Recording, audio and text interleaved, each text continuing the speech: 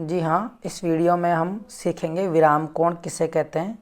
और ये जो विराम कोण है ये कक्षा 11 का अध्याय नंबर 4 समतल में गति का एक महत्वपूर्ण इम्पोर्टेंट टॉपिक है विराम कोण। इससे पहले मैंने आप लोगों को घर्षण कोण के बारे में बताया था। अगर आपने नहीं देखा है तो वो वीडियो भी आप ज़रूर देख लें, उसमें घर्षण कोण के बारे में बताया हुआ है। तो विराम कोण, जिसको इंग्लिश में अपन एंगल ऑफ रिपोज कहते हैं, एंगल ऑफ रिपोज क्या होता है, यहाँ पे अपन थोड़ा इस डायग्राम को समझने की कोशिश करते हैं। जैसे मान लो ये जो लाइन है, ये वाली जो लाइन है, इसको अपन बोलते हैं क्षैतिज। क्या बोलते हैं इसको अपन? क्षैतिज।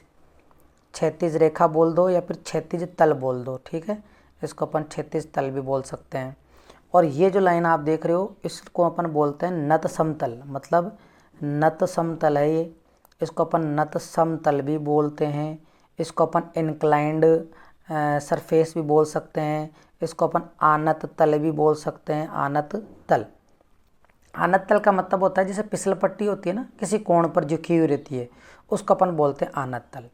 अब इस समतल पर अगर मान लो कोई ऐसे ब्लॉक रखा हुआ रहे, कोई एक वस्तु रखी हुई रहे, तो ये वस्तु जो है इसका भार जो होगा वो तो बिल्कुल नीचे की ओर लगेगा और प्रतिक्रिया बल इस वस्तु की सतह के लंबवत लगेगा, आर लगेगा। अब ये वस्तु यहाँ पर विराम अवस्था में रुकी हुई है, यानी ये वस्तु क्या करी हुई है? विराम अवस्था में रुकी हुई है। अगर ये वस्तु यहाँ पर विराम अवस्था में रुकी हुई है तो इस कंडीशन में इस पर लगने वाला जो घर्षण बल है Fs, और इधर जो बल लगेगा यानी इसको जो इधर जो धकेलेगा, तो ये और ये दोनों क्या होंगे? बराबर होंगे। और ये आर और ये नीचे वाला बल ये भी क्या होगा? बराबर होगा। तब जाकर ही ये क्या होगी? एक विराम अवस्था में रुक पाएगी। और विराम अवस्था में रुक पाएगी तो यहाँ पर क्षैतिज तल और एक नत समतल के बीच एक कोण बन रहा है, यहाँ पर थीटा। इस कोण को अपन बोलेंगे विराम कोण। क्या बोलेंगे इसको अपन? विराम कोण बोलेंगे, ठीक है।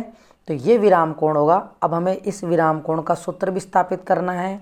और ये क्या ये जो है विराम कोण जो है वो क्षैतिज कोण के बराबर भी हो सकता है क्या? मतलब घर्षण कोण के बराबर भी हो सकता है क्या? तो अपन यहाँ पे जो है घर्षण कोण को तो अपन ने थीटा से व्यक्त किया था, है ना। तो अपन यहाँ पे विराम कोण को अल्फा से व्यक्त कर लेते हैं। तो यहाँ पे मैं आपको बता देता हूँ कि हम इसको अल्फा मानेंगे। क्या मानेंगे हम इसको? अल्फा। इसको हम अल्फा मानेंगे। विराम कोण को अपन किससे व्यक्त करेंगे? अल्फा से व्यक्त करेंगे, ठीक है। ये पूरा डायग्राम, फ्री बॉडी डायग्राम अभी आपको मैं डिटेल से समझाऊंगा। थोड़ा सा बस मैंने आपको रिव्यू करवाया कि इस लाइन को अपन बोलते हैं क्षैतिज तल, इसको बोलते हैं अपन नत समतल। और ये कोई वस्तु अगर यहाँ पे विराम अवस्था में रुकी हुई है तो ये ऊपर वाला, नीचे वाला और ये बल हमेशा क्या होंगे? बराबर होंगे। अगर आपको इतना सा पता है तो आप विराम कोण का सूत्र बना सकते हो। तो चलो दूसरे पेज में पहले अपन इसकी विराम कोण की परिभाषा समझ लेते हैं कि विराम कोण की परिभाषा क्या होती है। विराम कोण की परिभाषा समझो। किसी नत समतल का, नत समतल समझ गए आप? ये वाली लाइन, किसी नत समतल का क्षैतिज से, ये क्षैतिज हो गया, क्षैतिज से वह अधिकतम झुकाव कोण जब नत समतल पर रखी वस्तु विराम अवस्था में हो। कौन सी अवस्था में हो? विराम अवस्था में हो। तब ये जो कोण होगा वह विराम कोण कहलाएगा। वो क्या कहलाएगा? विराम कोण। और विराम कोण को अपन किससे व्यक्त करेंगे? अल्फा से। अब अपन इसका पूरा फ्री बॉडी डायग्राम बनाते हैं। तो ये हो गया क्षैतिज तल। ये कौन सा तल हो गया? क्षैतिज तल। और ये हो गई फिसल पट्टी, मतलब नत समतल वाली लाइन। अब इसके ऊपर जो है हम ला के रख देते हैं एक वस्तु। इसके ऊपर एक वस्तु। अब ये वस्तु जो है, इस वस्तु का जो भार होगा, वस्तु का भार गुरुत्वाकर्षण बल की वजह से हमेशा कहाँ लगेगा? नीचे की तरफ लगेगा। कहाँ लगेगा? नीचे की तरफ लगेगा। तो mg तो कहाँ लग रहा है इसका? नीचे की तरफ। mg नीचे की तरफ लगेगा। और ये जो वस्तु है इसका प्रतिक्रिया जो बल होगा, प्रतिक्रिया बल हमेशा सतह के क्या होता है? लंबवत। तो इस पॉइंट से प्रतिक्रिया बल हमेशा कैसे जाएगा? लंबवत। तो ये हो गया आर हो गया। क्या हो गया? ये आर हो गया, ठीक है। अब ये आर हो गया। अब ये वस्तु जो रखी हुई है वो एक नत समतल पर रखी हुई है, मतलब एक इंक्लाइंड सरफेस पर रखी हुई है, किसी कोण पर झुकी हुई सतह पर रखी हुई है। और ये वस्तु विराम अवस्था में रहेगी, जब तक विराम अवस्था में रहेगी उस कोण को अपन बोलेंगे विराम कोण। क्या बोलेंगे उसको? विराम कोण। तो परिभाषा के अकॉर्डिंग नत समतल का क्षैतिज से वह झुकाव कोण या फिर वह अधिकतम कोण जिस पर यह वस्तु किस में रहेगी? विराम अवस्था में। तो अपन इस कोण को क्या नाम दे देते हैं? अल्फा, क्योंकि यही है जिस पर वस्तु विराम अवस्था के अंदर है। वस्तु कौन सी अवस्था में? विराम अवस्था के अंदर है। अब अपन इसका फ्री बॉडी डायग्राम बनाते हैं। तो फ्री बॉडी डायग्राम कैसे बनेगा?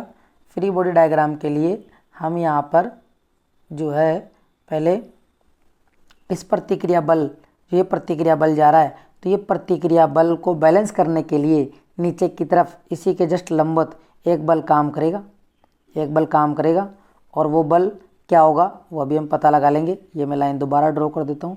ये जो है ये प्रतिक्रिया बल के जस्ट नीचे की तरफ, क्योंकि प्रतिक्रिया बल आर को बैलेंस करने के लिए एक बल नीचे की तरफ लगेगा और वो कितना होगा? तो अगर हम कहें कि अगर ये अल्फ़ा कोण बन रहा है, तो अगर ये लाइन, इस लाइन को अगर हम ऐसे काट रहे हैं तो ये जो कोण बनेगा ये भी कितने का बनेगा? अल्फ़ा का ही बनेगा। तो इस कोण को भी अपन क्या मान सकते हैं? अल्फ़ा। अगर ये कोण अल्फ़ा है और ये लाइन इसको अगर काट रही है तो अपन इसको भी क्या मानेंगे? अल्फ़ा मानेंगे। क्या मानेंगे अपन इसको? अल्फ़ा। तो ये वाला कोण भी कितना है? अल्फ़ा है। ठीक है। अगर ये कोण अल्फ़ा है तो एम जी इस लाइन के साथ में अल्फ़ा कोण बना रही है। ये जो एम जी है ना, इस लाइन के साथ में अल्फ़ा कोण बना रहा है। तो जब आपको पता है कि अगर मान लो ये जो लाइन जा रही है एम जी की जा रही है और ये लाइन प्रतिक्रिया बल से आ रही है, अल्फ़ा कोण बना रही है, तो एम जी के दो घटक हो जाएंगे। इधर वाला घटक तो कहलाएगा एम जी कोस अल्फ़ा और इधर वाला घटक क्या कहलाएगा? M G sine alpha. तो अपन इस लाइन को तो लिखेंगे एम जी कोस अल्फ़ा और इधर जाने वाले को लिखेंगे अपन एम जी साइन अल्फ़ा। ठीक है, साइन अल्फ़ा हो गया। अब ये एम जी साइन अल्फ़ा ये वस्तु को आगे की ओर, यानी ये बाह्य बल हो गया एक तरीके से। ये कौन सा बल हो गया? बाह्य बल हो गया। ये जो है ये बाह्य बल हो गया। अब जब इस पर बाह्य बल लग रहा होगा तो इस सतह के बीच में घर्षण बल लग रहा होगा और वो घर्षण बल इसके विपरीत होगा।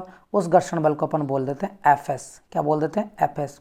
हम इसको मैक्सिमम भी बोल सकते हैं सीमांत की स्थिति में, लेकिन अपन एफ एस लेके ही चलेंगे यहाँ पे। एफ एस क्या बोलेंगे अपन इसको? एफ एस बोलेंगे। ठीक है, एफ एस बोलेंगे। अब आप देख लो एम जी साइन अल्फ़ा जो होगा, अगर ये वस्तु विराम अवस्था में है तो M G sine alpha F S के बराबर होगा और R M G cos alpha के बराबर होगा। तो दो समीकरण बनेंगे हमारे। तो दो समीकरण हम लिख देते हैं चित्र से दो समीकरण बन गए। एक तो बन गया आर बराबर एम जी कोस अल्फ़ा, ठीक है, और दूसरा बन गया एफ एस बराबर एम जी साइन अल्फ़ा समीकरण नंबर 2 दो गए।